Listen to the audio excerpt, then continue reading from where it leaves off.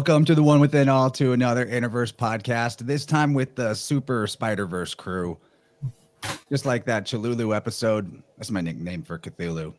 We got Kayleigh Berkana, Mario from Symbolic Studies, Juan Ayala from One-on-One Podcast, and Slick Dissident, the one and only, aka Gabriel. And we're going to be mixing it up in this crazy world of rocketry, sex magic, drugs, and all of the above. The life and times of Jack Parsons, not exactly a biographical conversation, although there will be plenty of that. We seek to explore the symbolic and synchromistic connections between the science fiction world and our current reality, as it seems that we're slipping further and closer into transhumanism. It's very interesting to note that much of what happens in the technological world seems to have a precedent in science fiction preceding it. We explored that a little bit with the Call of Cthulhu and the H.P. Lovecraft episode that this entire gang did together about a month ago, maybe not a month, but not long ago. And man, this whole thing seems to just be riddled with what I consider a corruption of the Gnostic ideal, that there is a jailbreaking needing to be done to this reality, that by practicing the objectively abject, the darkest and dirtiest things that one can do, you might be able to pierce through the dome and find a way to the heavens without having actually earned a place there. It seems like that's what it's all about with these characters we're going to be discussing, like Jack Parsons, the founder of JPL and one of the founding fathers of NASA, although they probably like to hide it. So I have a lot of questions about this. I'm probably being a little too verbose for how much we need to discuss. I'm mostly going to hang back. I'm claiming the producer seat, and I just want to learn from these guys. But if you are tuning into this and you didn't hear Juan's recent episode on the One-on-One podcast about Jack Parsons with his buddy HP Shovecraft, highly recommend that. I'll make sure and drop a link in the comments for it. And yeah, all of this seems very bizarre. I actually kind of think that the entire NASA story, its origin story, and the Jack Parsons insanity has a lot to do with creating a more solidified worldview warfare to get everybody believing in this Baal ball earth. But that's just me. I'm sure we don't all necessarily agree on that. But I better go around the horn and let everyone introduce themselves. We've got, first of all, let's just go ahead and start with Kayleigh. Let them know, what you do, where you can be found, and we'll just go in order from clockwise on the screen here. Sure, yeah. Hey, my name is Kayleigh. You can find me on YouTube, on Minds, on Odyssey, on Rumble, all under the same name, Kayleigh Berkana. I also just launched a Telegram channel. And yeah, I do astrology and tarot readings, and I love looking into interesting mysteries. So that's been lots of fun. And then my name is Mario. I have a channel called Symbolic Studies. So you can basically find all of my information at symbolicstudies.com. But I make really short astrological videos, mostly related to their symbolism and mythology and archetypal nature. So yeah, I'm stoked to be here. This is an awesome topic, and there's so many things to talk about. All right, Gabriel. Gabriel from Slick Dissident channel over on the YouTube. I also get down with those spiders on Saturdays and Wednesdays. Weaving spiders, welcome. You probably don't even need an introduction on my channel at this point. I don't think so. Yep. What you got, Juan? You can call me the rabbit hole master, because that's what I'm all about. Juan from the One-on-One podcast. I'm excited to see what we can link up and weave together here, because I got a lot of interesting points I want to bring up and see where we go with it. So we got a lot of different points of views, which I'm excited for. Yeah, I want to say what's up to everybody in the chat. I see Gordy, Alan, J-Lo, Cody, and many more. Robert over on the Rockfin side. Wouldn't be the worst idea in the world to share this out with whoever you think might be interested in this really weird subject matter. And know that we're going to be putting the second portion of the conversation just exclusive to my Rockfin and Patreon.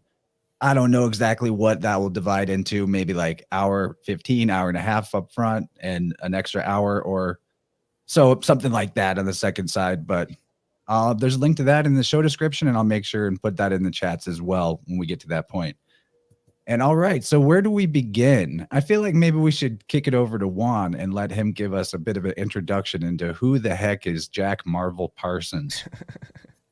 You know, I've been thinking that because I knew you would ask me like for a little introduction, and how I said in my episode, that's why I wanted to do like a full breakdown so we didn't get lost in the sauce with his biography on this episode. But pretty much, I wouldn't call him my favorite historical figure, but one of the most interesting historical figures, that's for sure. You mentioned NASA. I'm repping NASA today, right? Because if it wasn't for Parsons, we wouldn't have NASA that we know today, because he did help establish JPL. And one of the things I always stress on my show is a lot of the things that we use today, a lot of the things that originate from these historical figures, a lot of these figures were mystics. Okay, a lot of these guys that were doing these things back then, they were doing it mystically. There were, Rene Descartes, he had a lot of dreams that would come to him, and that's how he got a lot of ideas. And Parsons, if you really think about it, he would never graduated, never had any resume that you would call an actual resume. He never graduated, never did anything, but yet he was unorthodox in his practices enough to be able to innovate this field of rocketry, because during his time, he was, it was considered science fiction. So, and I also want to draw some correlations between Parsons and Lovecraft, because I think we made the connection. Mario showed us those books on the second half of the Cthulhu episode. It was Kenneth Grant, right? The one that wrote that book, or Lavenda, Peter Lavenda. Lavenda, I think it was. Where he draws the correlation between was Cthulhu or something like that and Lovecraft. They wrote the same thing at the same time without having met each other. Now, I wanted to bring it like full circle. I said, how can we relate Jack Parsons into this? Now, at the age of I think at the age of around the year 1927 or 1928, the same year that Cthulhu was published, Jack Parsons tried to summon the devil. And supposedly he did, okay, according to him. And you can see it in the show Strange Angel, whatever, Dark Angel, whatever the name is. So, but I also ran across some other synchronicities, if you will, that they clashed with other research that I was doing, and I was like, wait, this is too much for me. This is way too much. Wow. So pretty much, can I put a cliff note in real quick? Because I just want to point out that what you're talking about with H.P. Lovecraft and Cthulhu, Crowley, yeah. And Crowley, that's kind of where we left off on our last show, which is awesome that we can kind of pick up there and build out. But I want to point out that culmination of the fictional character known as Cthulhu, it was born on Halloween night, and that's going to be important because I have found that that little stitch in time. You know what else was born Halloween night, bro? What? JPL. No way. Really? The nativity scene. Yes, it's the famous nativity scene. They call it the nativity scene. A guy who proclaimed to be the Antichrist, and they recreate it at every open house with mannequins. Hit the WTF button. Hold on, Hit the WTF button. What the fuck? So I'm telling you, it was mind blowing everything that I was able to connect. But I want to start at the beginning. Okay. So he was born, right, and Gabe knows where I'm going with this. He was born to his father, Senior, who is also Tony Stark's father, is modeled after Marvel Senior, Jack Parsons' father. Okay, Marvel. I believe Iron Man is a Marvel comic. So you have the Suicide Squad, which is DC Comics. You have that influence there, which they don't tell you where they got the name from, but use your imagination, okay? We know that the Lizards, they use symbology everywhere that they... let's just point that out. Yeah, they called Parsons and his crew the Suicide Squad because they were so reckless with explosives. Mm-hmm. Yeah, right. But the Suicide Squad, the DC version, they don't say like, hey, we got this name from this. It was an inspiration. If you look, it's just like it was introduced in the 90s or the 80s. So, right. And let's point out that's a SS.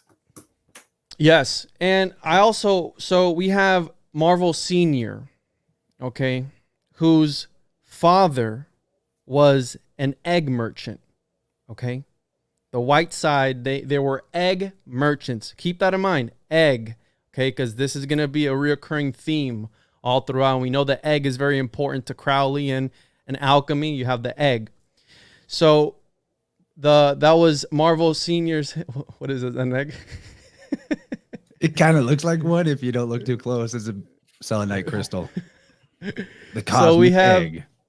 yeah, we have Marvel Senior, and they Parsons' his birth name was Marvel, okay, but his father had an affair with somebody, and his mother, so it was Whiteside Parsons. I'm sorry.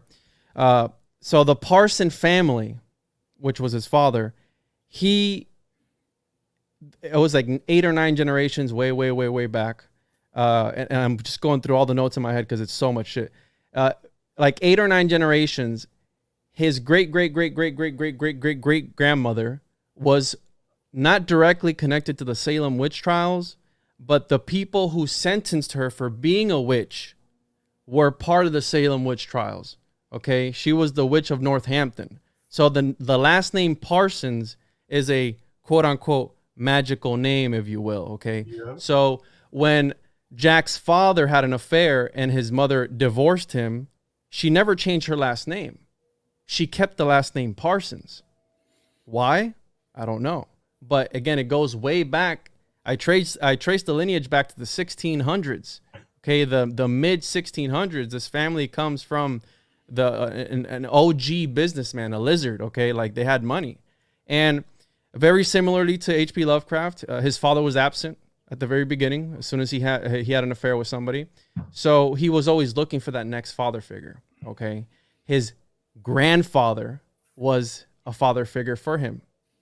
He proclaimed that he had an Oedipus complex, which we can get into later because that plays a role, but he would go on his whole life, right, wanting more. You know, the family fortune, again, during the Depression, got lost, similar to Lovecraft. Yeah. We have the dam that was in Lovecraft's family, or we have the Devil's Dam, where they would conduct the first rocket blast-offs, and then where JPL would be near the Devil's Gate, I believe it's called, where JPL would be established. You had the Hillside Strangler, who would go around and position his bodies where they did their first tests. Okay, so people were going back because they believed that they had opened up a portal to another dimension at the Devil's Gate, and people say that they hear voices coming down from the dam or whatever. So you had the dam, and then you had that Cthulhu connection that I was able to make, at least 1927 and 1928. He summoned the devil, which in 1928 was when Cthulhu was first published. Now, another connection that I was able to make, The Color Out of Space, on the magazine that was published in, Gernsback, he was a correspondent with Lovecraft. They were pen pals. Now, guess who was reading that same science fiction magazine? Parsons was reading that same science fiction magazine. And I also came across the Arabian Night connection, that he supposedly was obsessed with Arabian Nights as well. Yes, so they shared that affinity. That same affinity. Now, Lovecraft talked about outer space and these other dimensional entities and stuff like that. And Parsons was all about, wanting to blast off into space, almost like an Elon Musk, if you will, that wants to leave this planet. They want to leave on the flying dick this planet and go to Mars.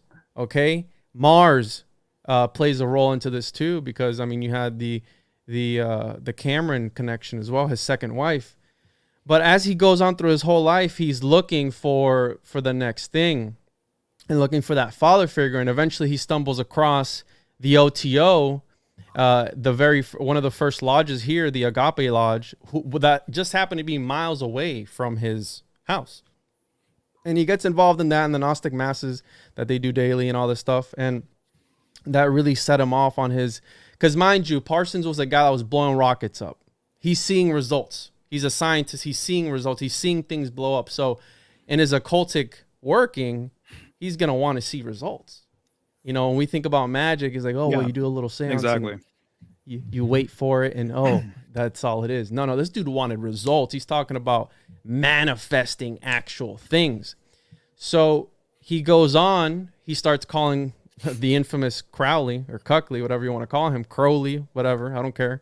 He starts calling him beloved dad, and he starts calling him his son. So they have that connection there. And eventually he starts to develop, he bases off so he's most famous for the Babylon working. Okay, that's like his we didn't even bring in. Well, I just want to point out too that there's a particular another character of interest that enters the scene here, and then I'm gonna let you finish. Yeah, dude, it's just everywhere. I mean, L. Ron is a big part of this too. L. Ron Hubbard, the L. Ron Hubbard, yes, absolutely, the L. Ron Hubbard.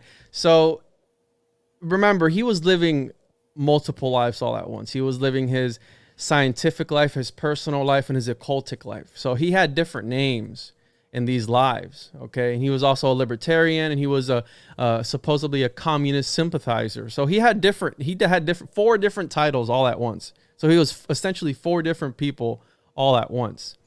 But he would eventually go on to do the Babylon working with L. Ron Hubbard, the L. Ron Hubbard, and it was pretty much, I mean, I made plenty of dick jokes on the episode. It was pretty much them just, doing the solo right, and maybe to each other in the middle of the desert, trying to bring forth the horror of Babylon. Now, mind you, this solo right meaning they're Jack Parsoning off.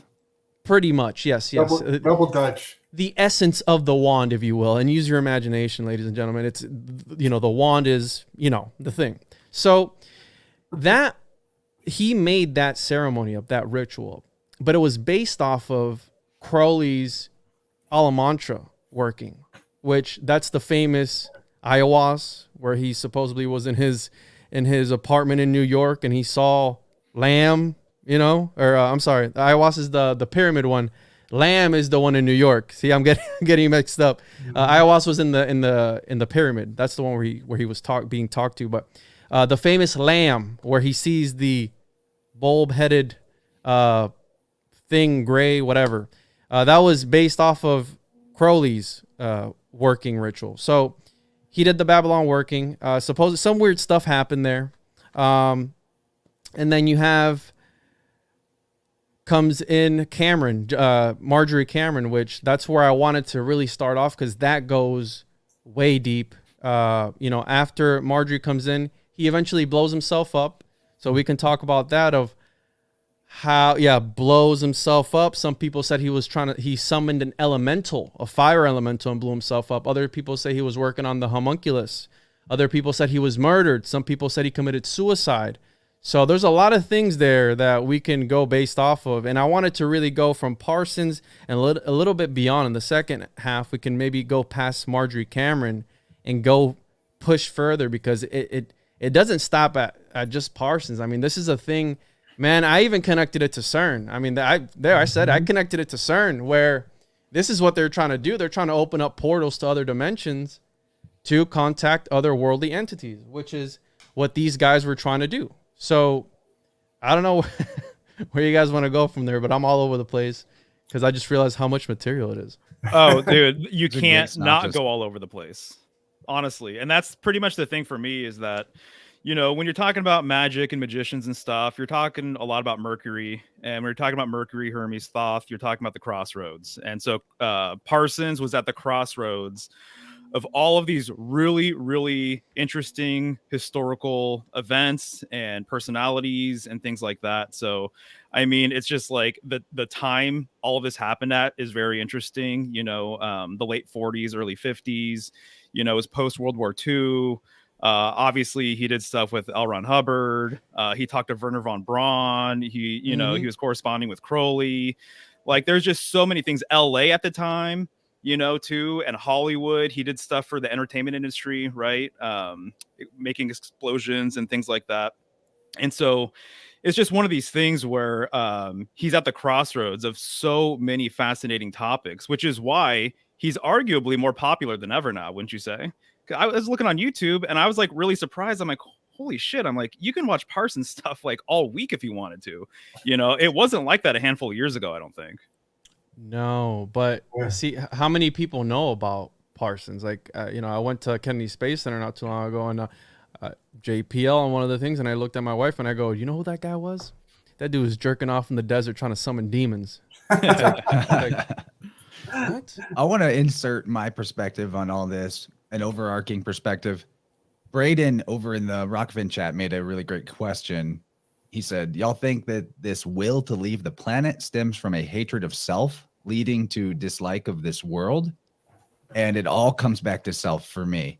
What I see this entire crew of, from Lovecraft to Parsons and Crowley and, of course, L. Ron Hubbard and their sort, it's, I believe, a big alchemical inversion, and the thing that they're trying to transmute is the world mind. And how I see it, it's really about getting people to believe in a fantasy-based reality and thus act out as if it were true, and then make aspects of that fantasy thus become true.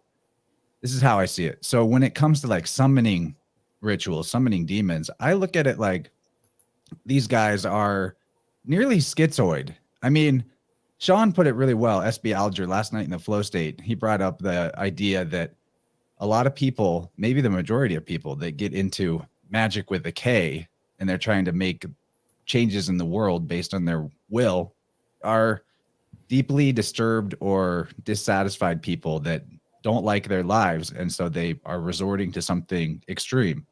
I wouldn't make that a blanket statement across the board of all people interested in the occult or magic, but definitely with characters like this, there seems to be a lot of psychic disturbance going on. So when they're going out to summon demons, I look at it like they're giving control of they're like giving up control of their own body vessel to fragmented aspects of self that are cut off, that are stagnant, that are toxic.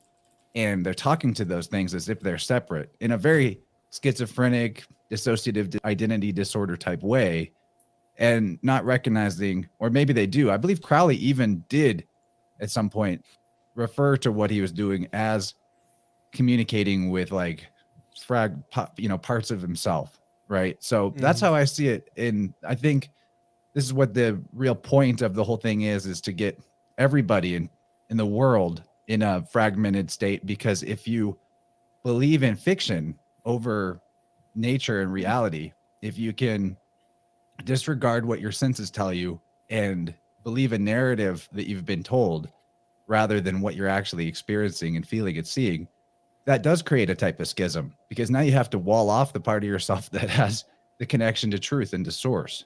And even, I mean, just look at his name, Parsons. It sounds like persons, and persons are the very foundational fictional element that create this entire society that runs on, corruption and the bad form of artifice. So that's my best attempt to wrap up all the thoughts in one go. I love that. I got something to totally pack on that while we're talking about his name. Let's look at his modus operandi, and then let's look at his name again. Jack P. He's jerking off in the desert. Jack P. Arson. He's an explosives expert. Jack P. Arson. So every missile he launches, he's singing the Crowley ode to whatever. The hymn to Pan. Open, Opan, and then boom, arson. Big explosion. It's all in his name. Right. Yeah, no, I totally hear what you're saying with that. That makes a lot of sense. And then Chance, what you're saying too, makes a lot of sense. These people are really, they're heliocentrists, and so I think this is part of the heliocentric sort of theme or lie or agenda or what have you, is always looking. Yeah, exactly. Always looking outside of yourself, always wanting to go somewhere else, And I think there's a lot of irony with Jack Parsons too, because he was obsessed with space, and he obviously is part of NASA's foundation, an integral part of it. And he was obviously launching rockets and stuff, but man, I question the rocket launches that we've been seeing for the last 20, 30, 40 years, and what's going on there personally. So it's just like, I think of him as being maybe, he put a lot of his efforts into developing this fuel and stuff and getting rockets to do their thing. But nowadays, you know, these are props for the masses, you know, because I personally don't think we actually go to outer space. That's one of my things. I don't know if it's possible. Yeah, and I think it perhaps is, but you know, you have, you know, people are bringing up egregores too in the chat, where that's also another thing. How, what Chance was saying, how much of it is the psyche, how much of it is you coming up with these things? Because I can make anything up in my mind up. You're and great I at can that. say That's what an egregore is, man. It is psychic Thought energy form, that yeah. you've put into a container in a different vessel. And I wanted to add, because you're talking about mixing fiction with reality. There was 2 instances where the first one, the Suicide Squad, it was Frank Molina and Parsons. They wrote a script, okay? And in that story that was supposed to serve as a script for a movie later on, Belvedere, the main character who is portrayed after Jack Parsons, blows himself up 15 years before Parsons blows himself actually up. You know what I mean? So you have these projections, if you will, right? Like this is because, you know, for those wondering, it's like, oh, why do they practice sex magic? Which is a big thing with the OTO and Thelema. Well, the whole thing is at the point of orgasm, at the peak of orgasm, they believe that the subconscious comes out and you're connected to the universe. And when that subconscious comes out, you imprint things on that subconscious, either through sigils or through whatever it is. And kind of brand your subconscious, it goes back into you and you forget about it, and it's supposed to manifest itself later on. So that's you know, sex magic in a nutshell, pretty much. It's like, you know, they do these things because at orgasm they believe that they're connected to the source, right, you know. Right. And in the context of that, think of what a nasty spell the Challenger explosion was. Sure.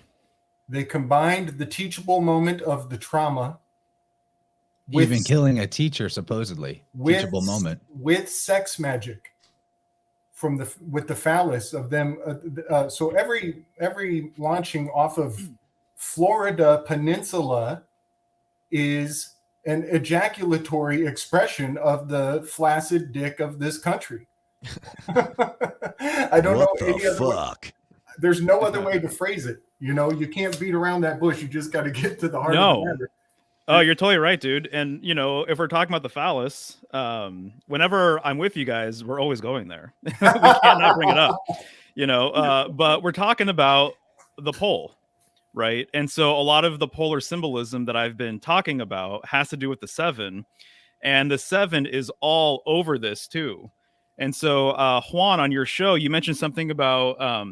was it an entity telling Parsons that if he lived for 7 more years, some sort of conclusion would occur? The Babylon working, yeah. So you got 7 years there, and then I know part of the Babylon working was basically reciting the cry of the 7th Aether, which there's 30 Aethers. I thought it was very interesting that it was number 7. And then when you look at Babylon, and this idea too, that's a whole topic we can get into, is just what does Babylon mean? What does the Whore of Babylon mean, right? Well, one of their main symbols is the 7-pointed star, right? And there's even Babylon written all around it, right? And Crowley's group, the Argentum Astra, means silver star, you know? And so there's a lot of things going on here that I'm just seeing the same symbolism with 7 and the ascension material and 7 different steps to get from here to there and everything else. But related to that, just because I mentioned Babylon, so they changed Babylon from Babylon to Babalon, right? For gematria purposes. I'm not sure if you guys picked up on the reason for that, like the specific reason. One thing I got to point out that may not be the public side of it, but on the Twilight side of that word is balloon, and that is one of their main explanations for a lot of what people see. Oh, you just saw a weather balloon. That was just a weather balloon.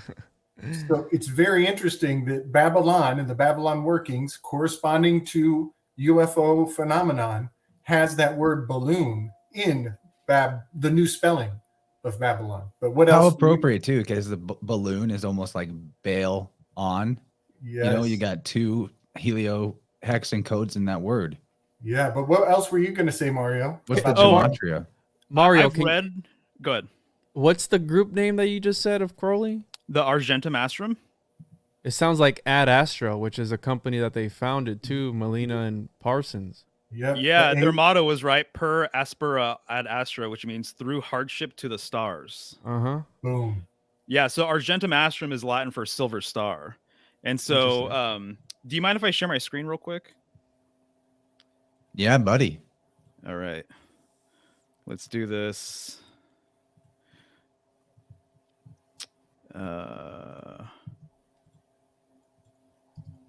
So people might recognize this symbol, right? Oh yeah. Mm-hmm. And so right there you see Babylon all around in each tip. This AA stands for silver star, essentially. You know, and when you're looking at you know, a lot of OTO material, you are going to see this star. You know, there's a bookshop locally called Dark Star Magic, and you know, they use this exact same star. If you go to any OTO lodge or what have you, which I've been, you're going to see this symbol, and you're going to see a lot of references to the Whore of Babylon as well. And when you look at, oh, am I still sharing by chance or no? Yep. Right. Yep. So this is the star card. So this is from Lon Milo Duquette. And so he's like a grand master for the OTO still. You know, you see the 7-pointed star. I just thought it was interesting because we are talking about the star. The Lust card is very much related to the Whore of Babylon, right? She's always riding this beast, and it's 7-headed, and she has a chalice of filth in one of her hands. Always. This is always kind of like the classic motif, right? One thing I learned today from Juan's show was that supposedly Parsons actually funded Crowley's Thoth Tarot. Yeah, I thought that was really interesting too, for sure. So another Lon Milo Duquette card. So this is his version of Lust, right? So she's riding the demiurge. So he also switches it the Crowley way to 11. Yeah. And then this was a short film I watched about Marjorie Cameron. This is excellent, by the way. And she's an amazing artist. I have to give her props, dude. I really like her aesthetic, called The Wormwood Star. And then here you see the 7-pointed star. So it's just all over the place with this material, you know. Speaking of stars, I'm wondering, like, you know, what was your impression of some of the interesting dates, Kayleigh, that come up in this story? Oh, man. Well, you're right. Just, oh, man. Well, okay. So I looked at Before we started, she was like, what are we doing, guys? Right? Seriously, I'm like, anyway, okay. I tried to find. Okay, so I'm like, where the fuck do I start? I looked up Parsons' birth chart and the day that he died. And I actually looked into the death to try to see, like, from an investigative standpoint, can you tell if it was an accident or if it was the result of nefarious tomfoolery or assassination or whatever the fuck? There's definitely some shady stuff going on there. And then I looked up Marjorie's birth chart, and I also looked up the dates that the Babylon working began to try and see what the fuck was going on up there. And actually, one thing that stood out to me that was really interesting is a cycle that's repeating right now, actually, is when the Babylon workings began, there was actually a Mars and Saturn conjunction in the sky, which is not really a super rare thing. Like, Mars takes about 18 months to go around the zodiac. But, like, just the energy of the Saturn of, like, make it real in reality, and, like, the karmic kind of themes that come up with Saturn being like the Lord of Death and all that fun stuff. And then Mars, which we already brought up, was just mentioned. And there's some really interesting stuff going on in their charts with Mars. But the energy of Mars being like the warrior and like the energy to accomplish and to do things being conjunct in the sky, they're considered both malefic, and there tends to be a lot of kind of blow-ups, literally or figuratively, when those two planets come into conjunction. For example, just this couple years ago, the last time Mars and Saturn conjuncted in the sign of Aquarius, we had lockdowns globally. So just one tiny example of the energy of those planets playing out. So yeah, there was lots of stuff that I was trying to look at with this, and I don't even know where the fuck to start. The fact that Cameron's Yeah. birthday is the same as mine. Different year though, okay? It's okay. Also, on the topic of sevens, it's kind of neat that Parsons' birthday is October 2nd, making him a Libra, tropical Libra sun. That's the seventh sign. So Oh, gotcha. kind of Yeah. nice Right little on.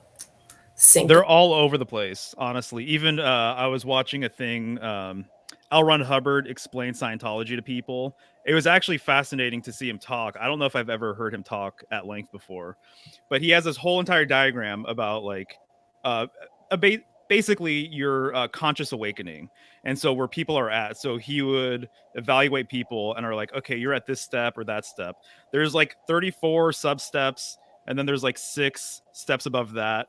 But then he has 7 tiers that are at the very top of everything. And I just thought it was interesting that none of them had numbers except for the top 7. And so I think that L. Ron Hubbard, man, I mean, he was taking some of the stuff he learned in the occult world and obviously was applying it to Scientology. And related to him, I was going to ask Juan if you knew anything about this, but dude, I am picking up more psyop-y stuff with this whole saga than I did in previous years when I was looking into it. And I think that it comes through naval intelligence. And so there was 3 people that were in the Navy that were affiliated with this whole entire thing. It was L. Ron Hubbard. I didn't realize that Marjorie Cameron was a cartographer for the Navy. And then this new guy, Robert A. Heinlein, he was also in the Navy. And some people say that he maybe broke up that lodge and maybe was up to some spy stuff, you know. I can add to that because there's a couple places we can take that, because this whole thing led me to some very dark parts of the internet, some black magic type of stuff, grimoire stuff that I was looking into that led from this. Allegedly, right? This is allegedly because it's history and we can't really prove it. There's a lot of hearsay. I'm a conspiracy theorist, so I can say this sort of stuff. So they're saying that Cameron, she had an abortion after when she presented herself to Parsons the first time, and he freaked out and wrote to Crowley and said, hey, my elemental has shown up, you know, red hair, green eyes.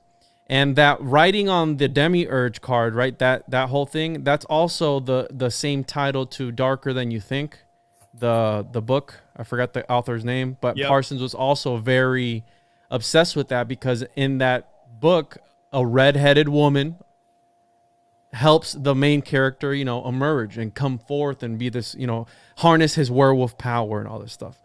So the conspiracy is that when she had the first abortion, after being in bed with Parsons for 2 weeks, because he kept they said it was either Parsons, it was either Cameron or Hubbard, because they had to continue the working. And again, use your imagination. If it was with Hubbard, then you can, you know, they were all having sex. Okay, that's what they were doing. And so that the tissue from that abortion supposedly was given to the government. Now, that's hinting at the conspiracy that the government had either a homunculus or was working to attain one. Now, this whole psyop thing, right, it points to that the government is interested in the occult arts and the dark arts, which we know that Parsons, there was very influential people in the parsonage, and he was involved with very influential people. Now, this was before the whole QAnon Hollywood pedophilia stuff. There was also allegations that they were sodomizing people, in particular one 16-year-old boy. So mind you, this is, and the cops just wrote it off like, oh no, it's okay. Mind you, this was before the whole Hollywood pedophile stuff. So I'm sure these guys were connected in some way, you know, shape or form, because the whole dark arts thing, I mean, that's the whole, you know, children and stuff. I mean, we know what they do with it. We know how it works. Like, that's part of it. So supposedly the tissue from this abortion, she gave it up to the authorities. Now, there was also, according to Michael Hoffman in his book, Psychological Warfare, Secret Societies and Psychological Warfare, that at the Trinity site, right, at New Mexico, the land of enchantment, when they were blowing up the first atomic bomb, they put a cylinder at the site to radioactively create a homunculus. Now, For those that don't know what a homunculus is, it's pretty much a little magic man. Okay, it is the ultimate, I would say, after maybe the Philosopher's Stone, being a god, creating a human being, a little human being with magical powers. Now, that was part of the whole Babylon working to bring forth this moon child. We mentioned fiction and reality earlier. Crowley's The Moonchild book is about that. The Rosemary's Baby, I think that was another movie where it was about giving birth. There you go, right there. Rosemary's Baby was about giving birth to the Antichrist. That's what they were wanting to do. They wanted to bring forth the pretty much the whore of Babylon to strip away the sexual oppression. And they say that they were successful because in the 60s, right? The hippie movement, it's all love, brother. The sex, drugs, and rock and roll type of thing, which paved the way for the satanic panic later on. So it's linked, that PSYOP thing is linked to the homunculus, and the fact that government entities are 100% interested in what these occultists were doing. We know that Werner von Braun and all these people were Nazis, that they were in the government and all this stuff. So I wouldn't put it past them that they are interested in the dark arts and want to be able to harness that power in order to use it for whatever they want to use it for. Super secret space soldier programs. Makes So me think with of- all You first. okay, with all of the Moonchild stuff and the dark feminine coming up, I was really curious from an astrological perspective to see what the role of the dark feminine played in their charts. And there's a few ways that you can look at this. There's one in particular that I was really interested in, and that's the position of Lilith. Lilith in astrology, there's actually 3. So they postulated a long time ago that there's a second object that the moon orbited around that was invisible to us, and called this Lilith. That's the moon's apogee. So there's the perigee and the apogee. The perigee when it's really big and close to the earth, the apogee is when it's really far away and really small. So like they assumed and kind of figured that there was like the second object that the moon orbited around. So that was an interesting take for me to look at. And when it comes to like the Moonchild stuff and the position of Lilith in their charts, in Marjorie's chart, it's in a pretty prominent house in a pretty prominent place, and we can definitely get into that later. But For the Moonchild, you said? Well, like just the dark feminine aspects that come up, and like the quest for power, and the all of the themes that she brings out, and the idea of the Scarlet Woman bring out. Yeah. I thought that would be most obvious in the Lilith placements, and that's actually kind of what I found. So So Well, I that want makes to bring sense. up a comic book connection here. This might be kind of obscure, but there's a very prolific Marvel Comics author named Jonathan Hickman, and he wrote a story for Image Comics, an independent comic. I'm bringing this up just to point out how permeated this entire thing is into culture. And, Marvel, we're talking about Marvel Comics. They've got a Captain Marvel. The original one kind of even looks like Jack Parsons, whose name was Marvel.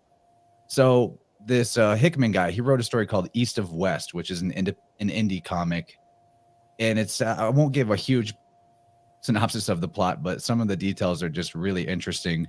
It's set in a dystopian 2064 United States where the Civil War never ended until 1908, when a comet hit Kansas and caused the war to go into an armistice because people had to recover from that apocalyptic event, and the nation split into 7 different countries. Anyway, in the Interesting. timeline of the story, the 4 horsemen of the apocalypse have incarnated into living vessels, and 3 of them are trying to bring about the apocalypse and kill all the humans. But ironically, Death is actually the good guy. He's the hero of the story, and he has the whole story revolves around him trying to save his son, and his son is called Babylon, and the bad guys of the story have captured this baby Babylon, and inserted him into an AI reality, all to basically he wears this helmet and he moves around, he's in the world and stuff, but he doesn't even know that he's wearing the helmet. So he's in a constant state of augmented reality and spent most of his life just like hooked up in a matrix type simulation setup because they're trying to make him into the beast of the apocalypse. Whoa. And the wildest thing, because we brought up Balloon, the AI system that's like trying to train him to become the great beast is called Balloon. Oddly enough. And then there's some other interesting characters. Like there's one of the president of the remainder of the United States is named Antonia LaVey. And the governor of the Republic of Texas is named Bell Solomon. There's a lot in that comic. It's a really wild one, but so that's just permeating the culture. I just wanted to point out how like those ideas would be lost on most readers. Something that I want to bring up, actually, I was just talking about this not terribly long ago about the archetype of Lilith and how she comes up and how she's been twisted by the New Age community. Because this archetype and this thing in astrology was always viewed as way more of a negative influence than a positive influence, especially if it's something that is actually, this ties right into what you were saying, Chance, not about the comic stuff, but about unintegrated shadow aspects. Lilith can represent things that we don't want to even talk about or look at, and we shove into the back. And when we do that, it's very, very basic psychology. When we do that with different aspects of ourselves, it tends to present itself from outside, right? And that often Lilith can represent that in somebody's chart. Like, this is where you don't want to look, where you need to actually look. And with a lot of New Age astrology that I have seen lately, where I'm a recovering feminist, okay? Just gotta put that out there. A lot of the astrology that I've seen about this is very frustrating, but this archetype has popped up a lot lately, and I feel like it's reflected in the Babylon stuff. I'm sorry, Kayleigh, you done? Can I add something to what Chance was saying? Can I share my screen real quick? Because this is pretty mind-blowing. Yeah, nobody needs to ask permission to share their screen, except you. Yeah, of course. So we're on the topic of comic books, right? And obviously I'm working on a comic book right now. So I came across this because I was trying to dig a little bit deeper into how I was able to find a connection between Tony Stark and you have the connection of Tony Stark and Jack Parsons. And I came across this article, right? It says, Tony Stark's real father revealed by Marvel, and fans are going to be talking. So, interestingly enough, it pretty much comes out that the satanic figure in the Marvel universe turns out to be Tony, Iron Man's dad. Now, his father, Howard, said he sold his soul for the genius he gained, and that Tony's soul is owned by his real father, being Satan. Now, the guy's name, the villain's name is Mephisto, maybe like Mephistopheles or something, or whatever the demon's name is. Mephisto is like the Satan of the MCU. We got into Mephisto stuff on the Spider-Man stream. We talked about the one more day mass ritual to make the world forget something. So they said that was they were hinting that was Tony Stark's father. Now you go here, he's paid a visit telling him, and then here they have Tony was then able to recall that the devil he saw as a child was actually his father. Mephisto went on to explain that Howard Stark had sold Tony's soul at the end of the issue, So even in the comic book, what the father is modeled after Jack Parsons' dad, and then in the book, Tony says he saw, just like Parsons, the devil. And he's talking about, mind you, this is coming from a guy that said he was the Antichrist. Now, and I didn't mention that the Russellites, the Jehovah's Witnesses, their main guy on the birth of Parsons, on the day of the birth, he said that the Antichrist was going to come into fruition. I don't recall the year, but on the birthday, not the year, the day of Parsons' birth, he said that the Antichrist is going to come out. And we know later on he proclaims himself as the Antichrist. He says, I am the Antichrist, and he gives his name, you know, the oath of the abyss, where he's going to pretty much sell his soul off and go into the abyss that, you know, Nietzsche talks about and all these other guys, because Friedrich Nietzsche inspired Crowley and all these other guys, and Anton LaVey. We're going to have our hands full, Gabriel, because there's a very, very credible rumor that the Thanos of the next phase of Marvel movies, like the main overarching villain that connects all the independent movies setting up for a big Avengers thing like Infinity War, is Mephisto. Fuck y'all. Okay. Yeah. Satan! Hold on. This is so significant. Okay, so this ties into what Kayleigh was saying about Lilith and those aspects of things you don't talk about that accumulate into a shadow, like it's like an elephant in the room kind of phenomenon, eventually over time, multi-generational. And we're talking about Tony Stark's father being from some unspoken origin, but somehow he's been moving around this elephant in the room his whole lifetime. It definitely has that Lilith aspect, which also I want to correspond, that aspect of the perigee of the moon, apogee of perigee, the moon, generating weird perceivable effects. Like they can see that the moon acts this way, but they can't see what is in the space that it's reacting around. That parallels Pluto.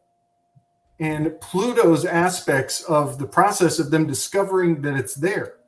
It pulls planets, it moves objects very subtly, and they can see the effects, but they can't pinpoint the actual object. So I just want to point out how Pluto, the dark moon, the dark feminine of Lilith, is a running theme here. The sub-unconscious, which is very Freudian, which is flooding the whole world in those years. And one more aspect is, well, Pluto's about to return, which ties into the Lovecraft stuff that we picked up. Did. Oh, right.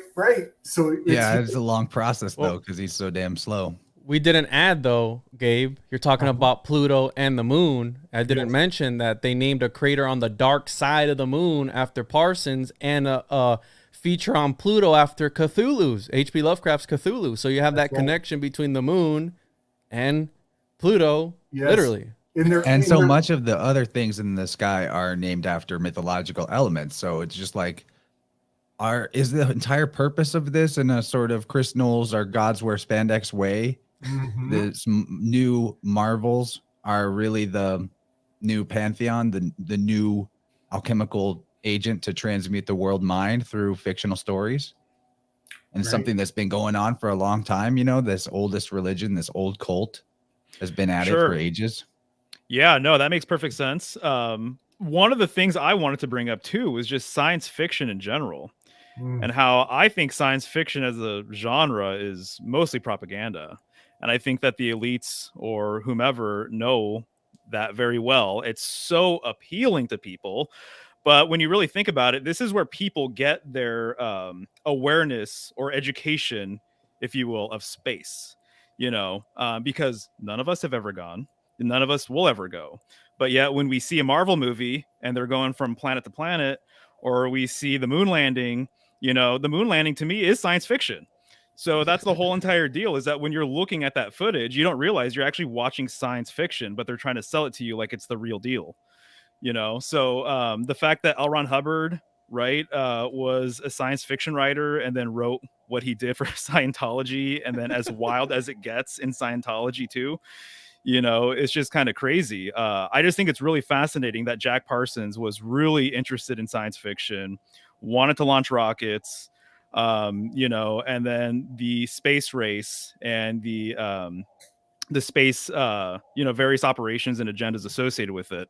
You know, I'm not buying any of it personally. Even the conspiratorial stuff. For Mario, I just saw how to Mario sound like Mario. There you go, man. I'll take it. I'll take it. What you said is really key, though. Yes. About sci-fi being, you know, taken as literal.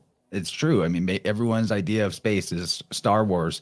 And it also breeds, going right back to that dissatisfaction with your life and with reality. How many of us right now, at a certain point when we were younger, after watching Return of the Jedi for the 400th time, we're like, man, I just wish that I lived in the time where I could, in a galaxy far, far away long ago, where I could actually go in to planet, right? That's right. There's a disappointment, a dissatisfaction that world isn't your world. And you just continually escape into it through video games, video games are the big one now, and movies and books. And there's nothing wrong with fiction in and of itself. It's just that we're getting confused about what's real as a society, and have been maybe for thousands of years, honestly. Mm-hmm. And also the people even now just saying like, I can't wait for the aliens to come and just take me to Mars, and like, yeah. Exactly. And can I go ahead, Mario? Go for it, dude. No, go for it. What you're saying, Chance, right? Devaluing and demeaning this life, this world, right? Because that was one of the things that Nietzsche, which Crowley and all these other guys got inspiration from. He criticized the Greeks because he was a philologist and he studied the Greeks in depth, and he looked to them, and he would write. He even signed as Dionysus and all this stuff, and he even signed as the Antichrist at one point too, when he was losing his mind towards the end of his life. Let's one of the things, forget that Pan poem. Mm-hmm. Sure. So we should probably even recite some of that. But continue. We'll hold that thought. Yeah, don't recite anything, bro, please. So the whole idea that the Greeks talked about, you have an Anaximander, an Anaxagoras, where he talked about how this world is a reflection of a more divine world. Well, that demeans this world. Why would I want to be here if there's a more divine world? There's a reflection of a more divine world up somewhere else. I want to leave. I'm like Elon Musk. I want to piece out of this planet and just leave. And like how you're saying, this association almost, and wanting to be these characters. Because Gabe and I and Rachel, we did an Esoteric Eddie yesterday. We did a stream on movies, right, on the Tomb Raider, where we grew up watching these movies, wanting to be like these people in this science fiction. I remember, bro, when I was growing up and listening to 50 Cent, I wanted to be 50 Cent's son. I'm like, yo, I want him to be my dad. You look to all these other people to like be your own family, and you associate with them on a level that's kind of creepy. I mean, here's Futurama. It's a sci-fi comedy, but there's so much of it in that particular meme. It sums up. That monkey skull. There's your social Darwinism. Mm-hmm. Make him want to hate his fellow man so much. That's amazing. Yes, exactly. Right. So and what's really... Go ahead, Gabe. I found an interesting weave to just kind of correspond all of this with a Tomb Raider breakdown from yesterday. Just leave no hanging Chad behind. Turns out Jack Parsons in high school studied fencing and archery. Mm-hmm. And that ties it into many aspects of the hunter worship that we've been seeing. That gives us Kill Bill is definitely the hunter, the great hunter, Diana, and also Tomb Raider and Katniss Everdeen. All of these archetypes of our modern day culture probably have really firm roots with hailing back to old Jack Parsons. Absolutely. And it blows my mind that the people, again, and it's not just Parsons, it goes way before that. You have Isaac Newton, you have the founding fathers, you have all these guys who were mystics, and yet a lot of the things that they contributed to the scientific world we use today. Right. And what were you going to say, Mario? Sorry if I cut you off. Oh, no worries. Oh, I was just going to bring up the fact that, there's all this UFO stuff too, post Babylon working. That's really interesting, And so do I have it right that the Babylon working was 46? I think so. Yeah. Yes. So, 1947 has been on my radar for years, and there's so many things going on in 47. I have a whole list right here. I don't have to go through all of it, but Roswell was 47, Project Paperclip, that plays a big role in all this stuff, right? CIA was born. CIA, NSA, and that was due because of the National Security Act. So there was this big restructuring that happened in 1947. So this is where the Air Force, it was started in 1947. There's all of these different things. Operation High Jump was 1947, which is interesting. Admiral Byrd and everything else. The Kenneth Arnold sighting, Hollow Earth stuff. MJ-12 started in 1947, which I thought was really interesting. Also, the Black Dahlia murder, which happened in LA as well, and has some weird occult things going on with it, with how the woman was basically cut up and mutilated. Which Marvel emphasized in the Spider-Man movies repeatedly. The newer What, ones. really? Yeah. Oh Oh, yeah. dang. And so Peter Parker buys the Black Dahlia as a gift, a necklace for MJ, and it gets broken, it gets mutilated, it gets destroyed, and she wears it anyways. What the fuck? Damn. Very, very symbolic of people, Catholics, wearing a murder scene on their necks. Yeah. Whoa. We got and some that- creep in the chat, like repeating some weird Latin invocation. Yeah, can you I'm gonna boot go him? ahead and boot that He person. threw me Please. off earlier. That's what I was getting at. He's fucking doing some weird shit there, which That's creepy. yeah. But yeah, so 1947 as a year was insane. And so Hell's Angels too, it just kind of goes on. Dead Sea Scrolls discovered. That's when Crowley died too. Yes. And Yes. Hillary Clinton was born. People have tried to make the Hillary Clinton birthday Hilarion. be part of the Babylon working. Yeah. Hilarion was the magical name that Parsons gave to the Babylon, the horror Babylon, and then Cameron took that and adopted that name later on, even though he had never told her that name. But since she was astral projecting, she said that she was talking to him. So who knows? And we failed to mention too that Marvel Senior was Marvel H. Parsons. HP. Yes, HP. Exactly, HP. So he was an High HP, priest. which High Priest, Hierophant, whatever you want to call it. He was also an HP. Good And That's you got Blavatsky, HP Blavatsky, HP Lovecraft. It goes on. yes, I want to it's, toss out there too. This is just a quick tidbit about the fiction side of this and pertaining to Marvel specifically. Again, the other thing about the fiction, the way it's wielded, is not just to get people to believe in things that aren't real, but also to make them not believe things that are real. Exactly. As distasteful as it was to watch, I checked out the Punisher TV series, and yeah.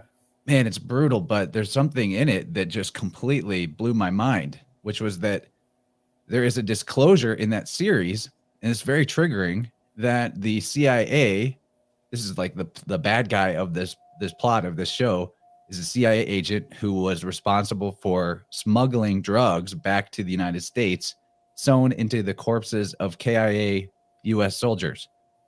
So that's a real thing that really was happening. The point of cadaver Afghanistan connection was for the heroin trade and the opium, and this all connects back to our black magical cast of characters we're discussing, because they were totally fueled by drugs. That's right. Mhm. And that puts a Yes. whole new spin, a whole new light on the word body bags. Oh, Bags Totally. were Yeah, you're the right. bodies were the bags. And that's a BB, which is 22. Master So- Builder, build back better, y'all. And can we also add that? What was I gonna say? I completely blanked out. Yeah, I'm sorry. Go ahead. Oh, But it's the all whole good. point of what I said, just to finish it up, I forgot to mention, if it wasn't clear, that plot is inserted into the fictional story of Punisher, so that you'll think, oh, that's ridiculous and not real. This is a fictional story. And then when you hear about it later down the road, you know, you've already been pre-programmed to disbelieve that it's a conspiracy theory. Yep. I remembered what. Yeah, absolutely. Like and what I remembered was the fiction with the reality, and the story that I mentioned at the beginning. That's gonna add on to what you're saying, Chance, is that they predicted the character that portrayed Parsons in their little script that blew himself up 15 years before Parsons actually did blow himself up. Mm-hmm. In that same script, one of their characters that was Chinese, and mind you, this was when communism and take down the communists and all that stuff was going crazy, he actually got extradited to China and became Mao's like father of, he taught Mao about rocketry and ICBMs and all this stuff. So if it wasn't for the drugs that you're talking about, that the government implanted in these bodies and shipped it over, these guys maybe would have never gotten hooked on drugs. These guys wouldn't have done what they actually done. And the world would have been completely different if Parsons wouldn't have done what he did. And I've been tossing around this idea that the elixir to eternal life that the alchemists look for. Because at the core of it, these guys were alchemists. They were mixing chemicals together and making things happen. I think that the elixir of eternal life is them living on in people's minds, like parasites in their minds, like a Cthulhu-esque type thing for forever, because we're gonna be bringing this guy up. Here we are talking about him. Exactly. You know what I mean? Like forever. This is history. This is it. There's no redoing it. You know what I mean? Yeah. Didn't they ultimately start using chemicals for cement and pavement as in rocket fuel to give it more weight and oomph? Yes, that was later on. They added more surface area to it. Yes. It gets all technical, but yeah, they went from liquid to solid, and then after that, I forgot what else. But yeah, you're absolutely right. They were mixing it with tar, I think it was. Nice. Yes. Mixing with tar. So in that aspect, there is the axiom of all roads leading to Rome. They are, because they are using the same material that paves the roads. When they shoot these things into the sky, even those pathways that those rockets are trailing, those are roads leading to Rome. And this ties back to the Cthulhu thing we did, because Rhode Island is on the 41st parallel, lines right up with Rome. And then, okay, so road is also the C, RHODE. And we got Cecil Rhodes. There's a lot with road. So we got, Caster. there's a phonetic link there. And I mean, talking about the fallen aspect or the corrupted divine feminine, right? I mean, they're putting black tar, black goo in the thing, in the sky roads fuel. It's very interesting. I mean, Los Angeles. We have to, I think this is a point where we should really emphasize what scientism is, a thing that we haven't got into, but I know we've discussed outside of this, that Gabriel, I think maybe you're equipped to describe this for us, that scientism, as you call it, seancism, it is not a materialistic pursuit. It's only presented that way to us in the public, but in the private, all the great science that's done that actually achieves any kind of lasting impact on the world is alchemical, like Juan is saying. Yes, very much so. I think of the word science. Why do you call it seancism? Yes, science is like a seance, because they are evoking the names of men of renown who are long dead and unable to come and represent or state their case. But in their names, we evoke their names for the conversation in order to pretend like we have the ability to predict future outcomes. And in that aspect, science is necromantic. We are calling out the names of Einstein and summoning his work, his magical formulas. We're summoning them by calling out his name and using them to pretend like we can see the future, because Einstein gave us this formula. It's incredibly necromantic in that light. Yeah, it's necromantic in a few different ways, I would say, actually, too, because it's basically, scientism is like anti-spirituality, in my opinion, and anti-individuation too, looking at it psychologically. So to me, it's another solar program, heliocentric program, the way scientism is kind of like presented to us and everything, because they don't want you to acknowledge, the spiritual realm. They want you to think that everything is based off of physical materialism, right? And so the material world came first, everything else came after that. And so that's why you don't learn about the meaning of Mars, but you'll know how far it is away, supposedly, and how big it is, how many light years some of these planets are away or what have you, some of these stars, but they don't tell you the meaning. Meanwhile, I mean, all throughout history, people have talked about the meaning of Mars. So to me, it just kind of blows my mind that you're taught to like create like a solar system with the moon and the sun and this and that, but you're never taught what they actually mean. You're just a taught, rock. Yeah. And then they just want to label everything, and categorize everything, and so that really does something to the psychology, right? When you think everything should be measurable and you can poke a stick at anything, and, if you can't measure it, it doesn't exist or what have you, so to me, it's just a way to kind of condition people out of being spiritual and understanding what's going on in the spiritual realm. And he the people who encodes promote their, encodes that- their magical numbers and things into it. How we're Yes. talking Crowley. How far away did they tell us the sun is? 93 3. million miles away. totally. Yeah. What were we gonna say, Kayleigh?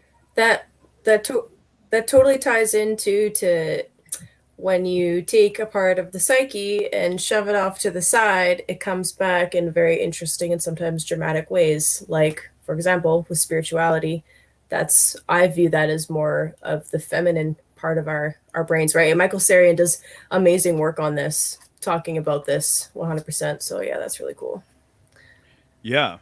And occultism is a lot about the feminine. That's why Marjorie Cameron was needed. Occultism is about a lot of the hidden things, right? In this realm or reality or what have you. So they were doing womb magic in part, and a lot of occult activity is basically people mirroring feminine attributes and characteristics and things of that sort. So it's very much part of their whole entire framework of how they look at everything. I bet we're going to get into the homunculi concept probably in the second half. I hope so. I wanted to bring that up. Yeah, we'll save that for the second half. But absolutely, it's because I want to touch on something that Kayleigh said. So, 100%. I want to get Kayleigh. Now we're in the second half. I want Kayleigh to break down one of the many charts that she shared with us for the first half, so that we get some more astro logos in this section. Do you want to look at Parsons or Marjorie? Well, maybe we should, if we do Marjorie, maybe save her for the second half, because we also want to elaborate more on who she was in this whole tale. Okay. Yeah. So yeah, you can pull up Parsons' birth. Let's start there, because I feel like this ties in some interesting stuff together. Yeah.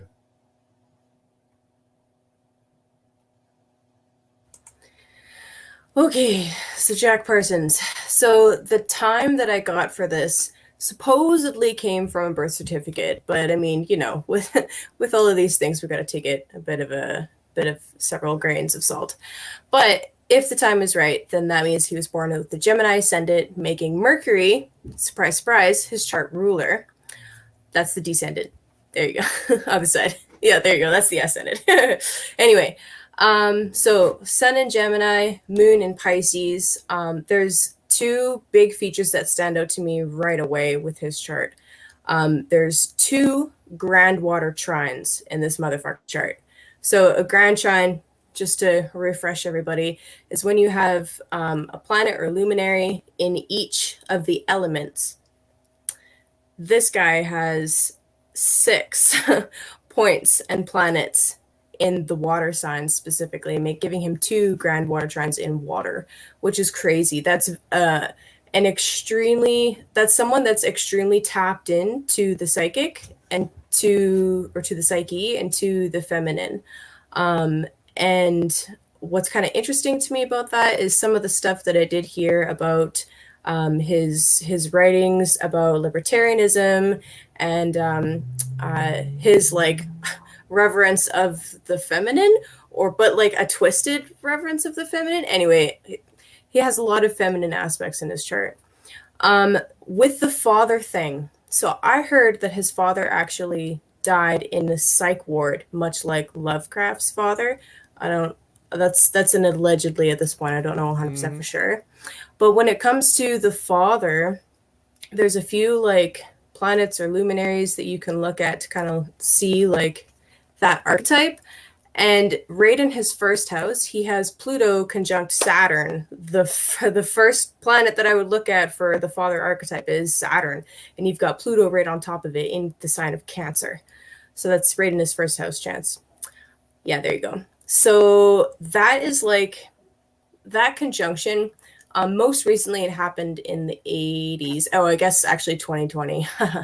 Right, 2020 happened. I blanked 2020 out, you guys. So anyway, Saturn and Pluto on top of each other like that, especially in Cancer. This is extreme power and control. So on one hand, if you've got an aspect like this, it's it can be really beautiful if you work with those archetypes. But if you don't work with those archetypes, or you've never had a positive father figure to begin with, this is number one, extreme issues with authority in your life.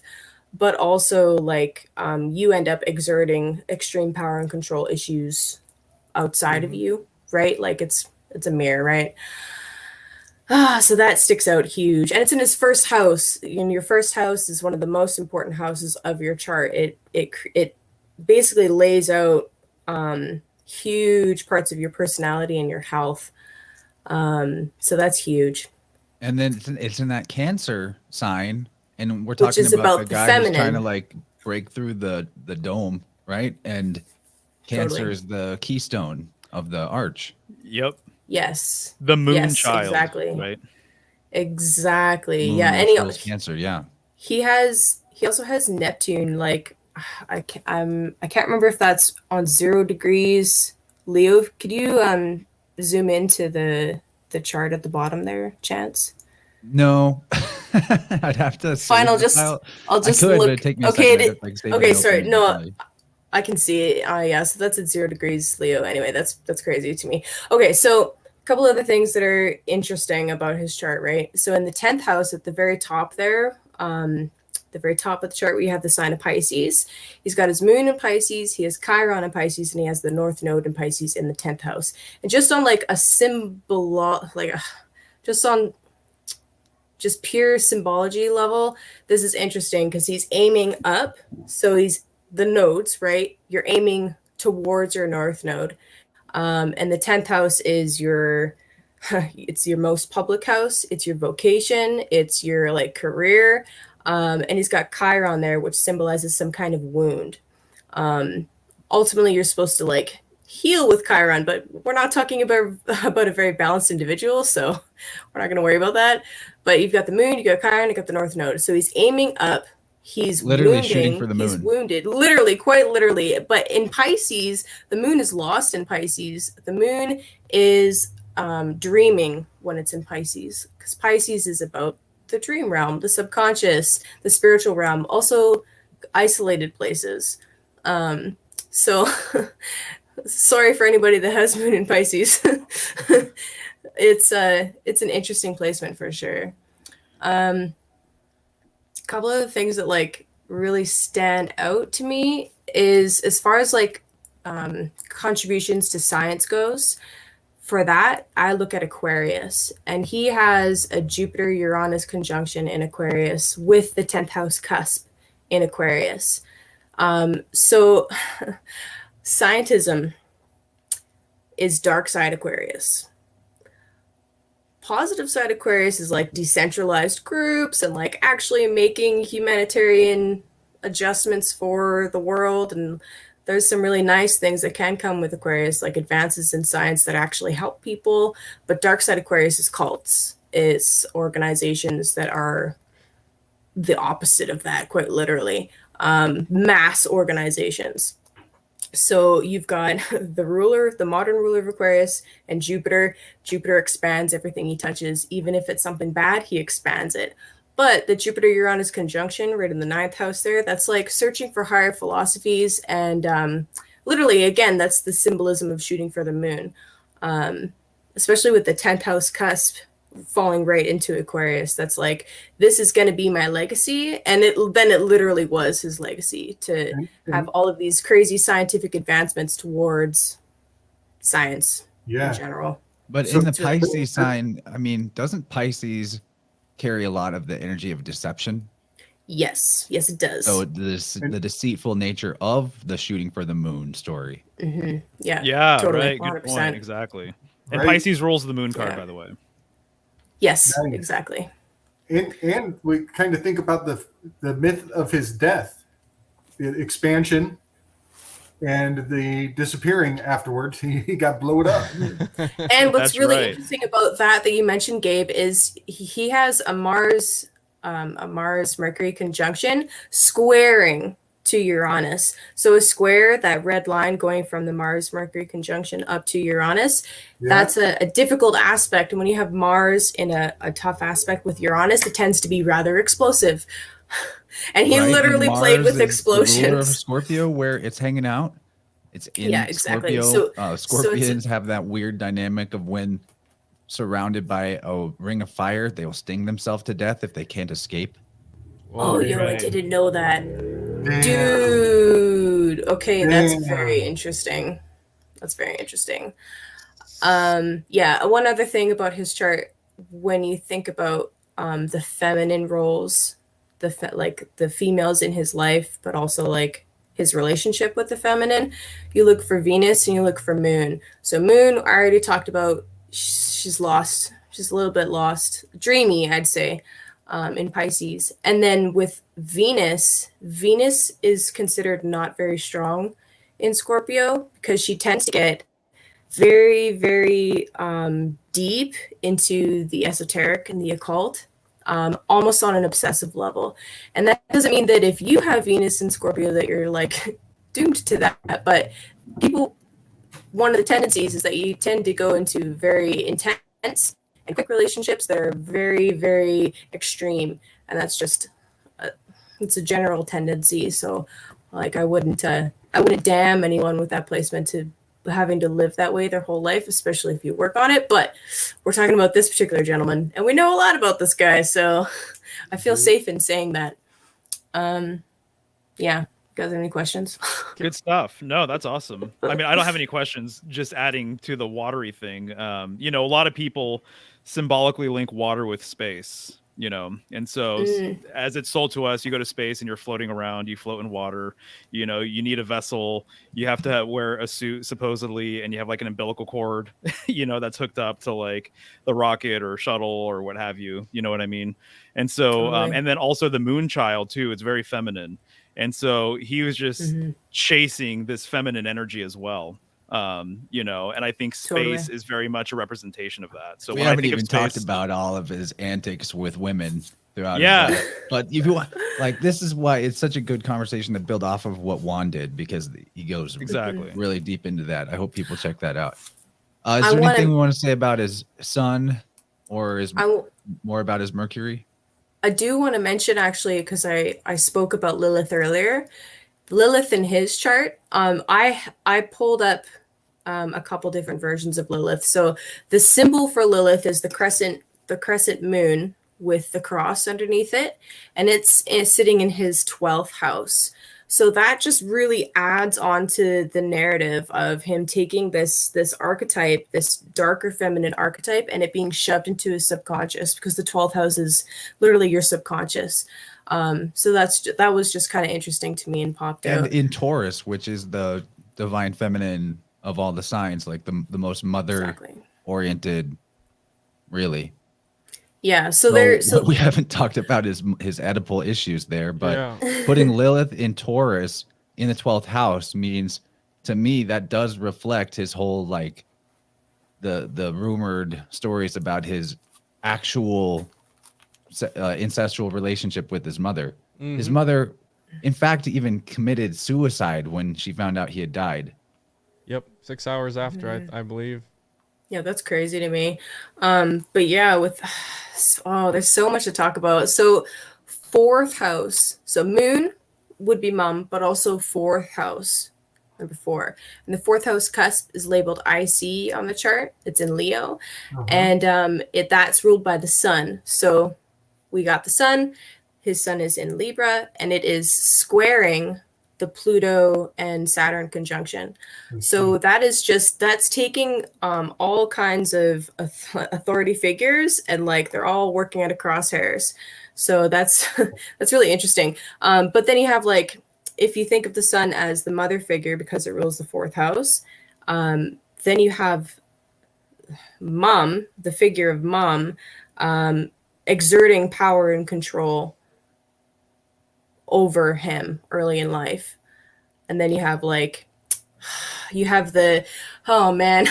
with Pluto being in Cancer, and Cancer also being a sign that represents the mother and nurturing, then you have all of the dark aspects of Pluto coming, of Pluto bringing all of the dark aspects of Cancer up to the surface, like the overbearing mother, or the as was mentioned earlier, the Oedipus stuff. So that's interesting that plays into his chart quite a lot. Can I add on to what you were talking about, the father figures, right? Because his first father was absent.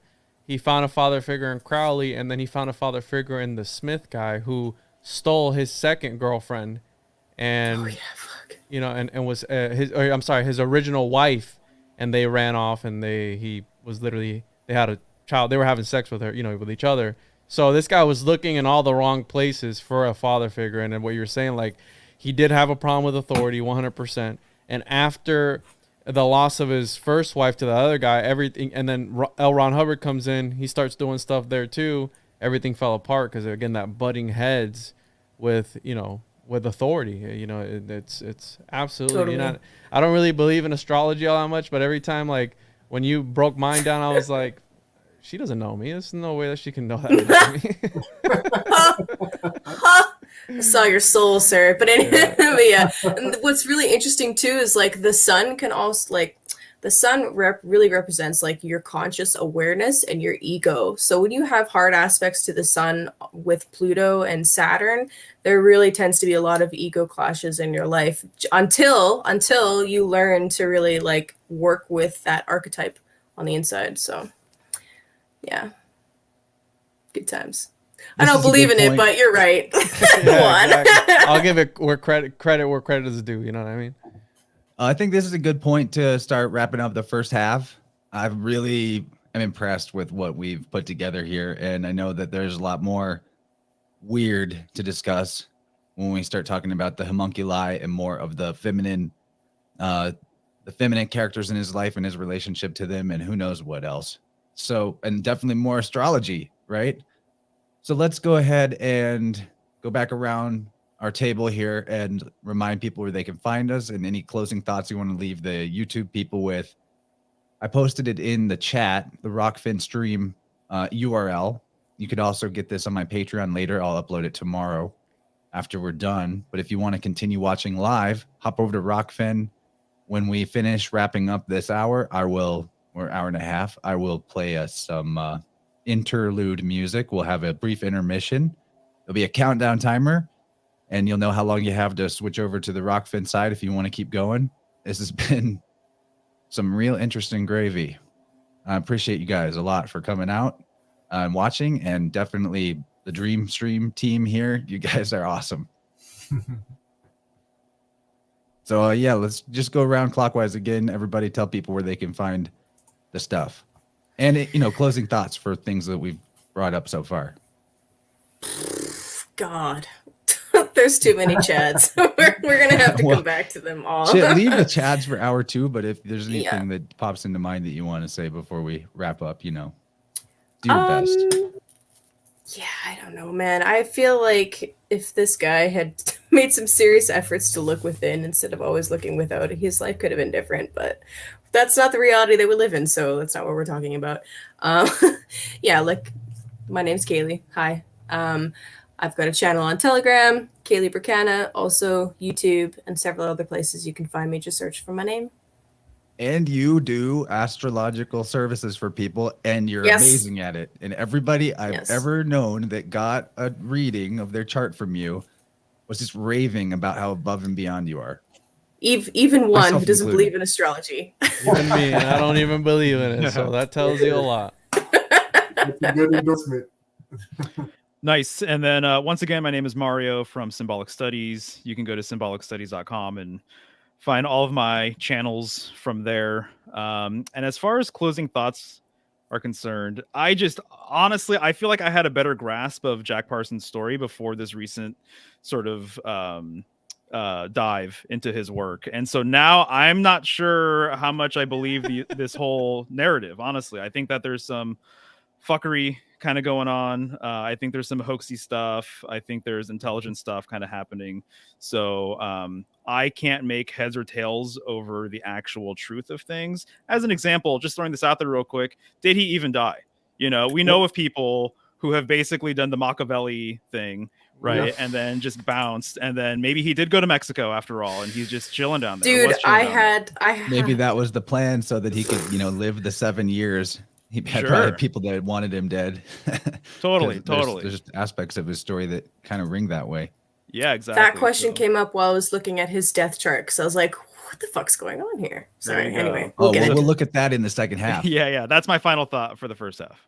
Nice. Yeah, there are so many fun things to get into. I hope everybody comes over to the second half because we are going to expound to whole new levels.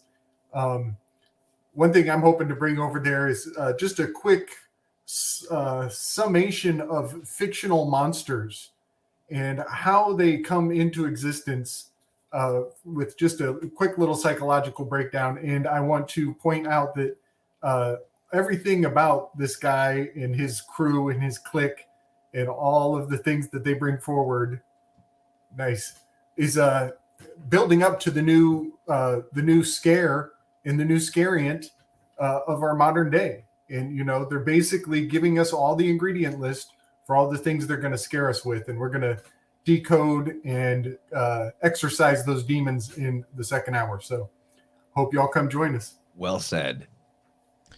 I'm Juan from the Juan podcast. Yes, I did an episode that released on Monday, episode 85, all on Parsons. Plenty of dick jokes. We did Crowley impersonations in there, which was awesome.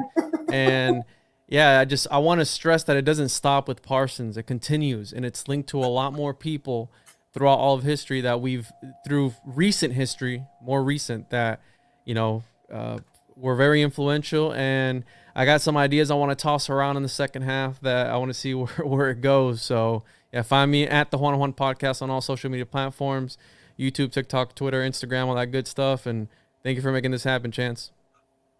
Yeah. Oh, you guys are the reason it's happening. Yeah, man. I'm just playing producer over here and maybe chiming in with some thoughts that you guys are generating in me, but all praise, all thanks, all honor to you guys for the independent research and studies you've done on this subject, and the many hours and years of time you've spent looking into related topics that give you the expertise we are able to enjoy in this awesome panel. And I mean, maybe this should just be a thing. I'm totally happy to keep this team going for future decodes, because it's a really cool assortment of knowledge bases and perspectives. I'm super into it.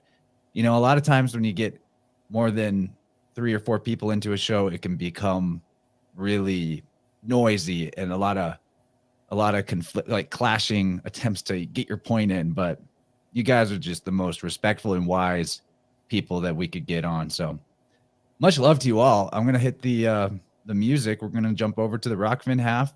About 4 minutes of intermission. Yeah, Spider-Verse. Just make sure not to get too close to the truth, because you know what happens. FBI, open up! Yeah, that's what ends up happening. So I gotta go. I hope someone screenshots our faces of when the knock happens, because we're probably all just like, whoa. And we've heard that soundbite before. I love you, man. And guys, congratulate Juan. He got onto Rockfin recently. If you're Rockfin people, nice, jump on to there. That's and awesome. Look for the one-on-one podcast. It's a much better place to watch things than YouTube anyway, because they actually support us back. Working on it, yeah. So yeah, okay, here's the link one more time in the chat, and we're gonna hit the music, take our break, and see you guys on the second half.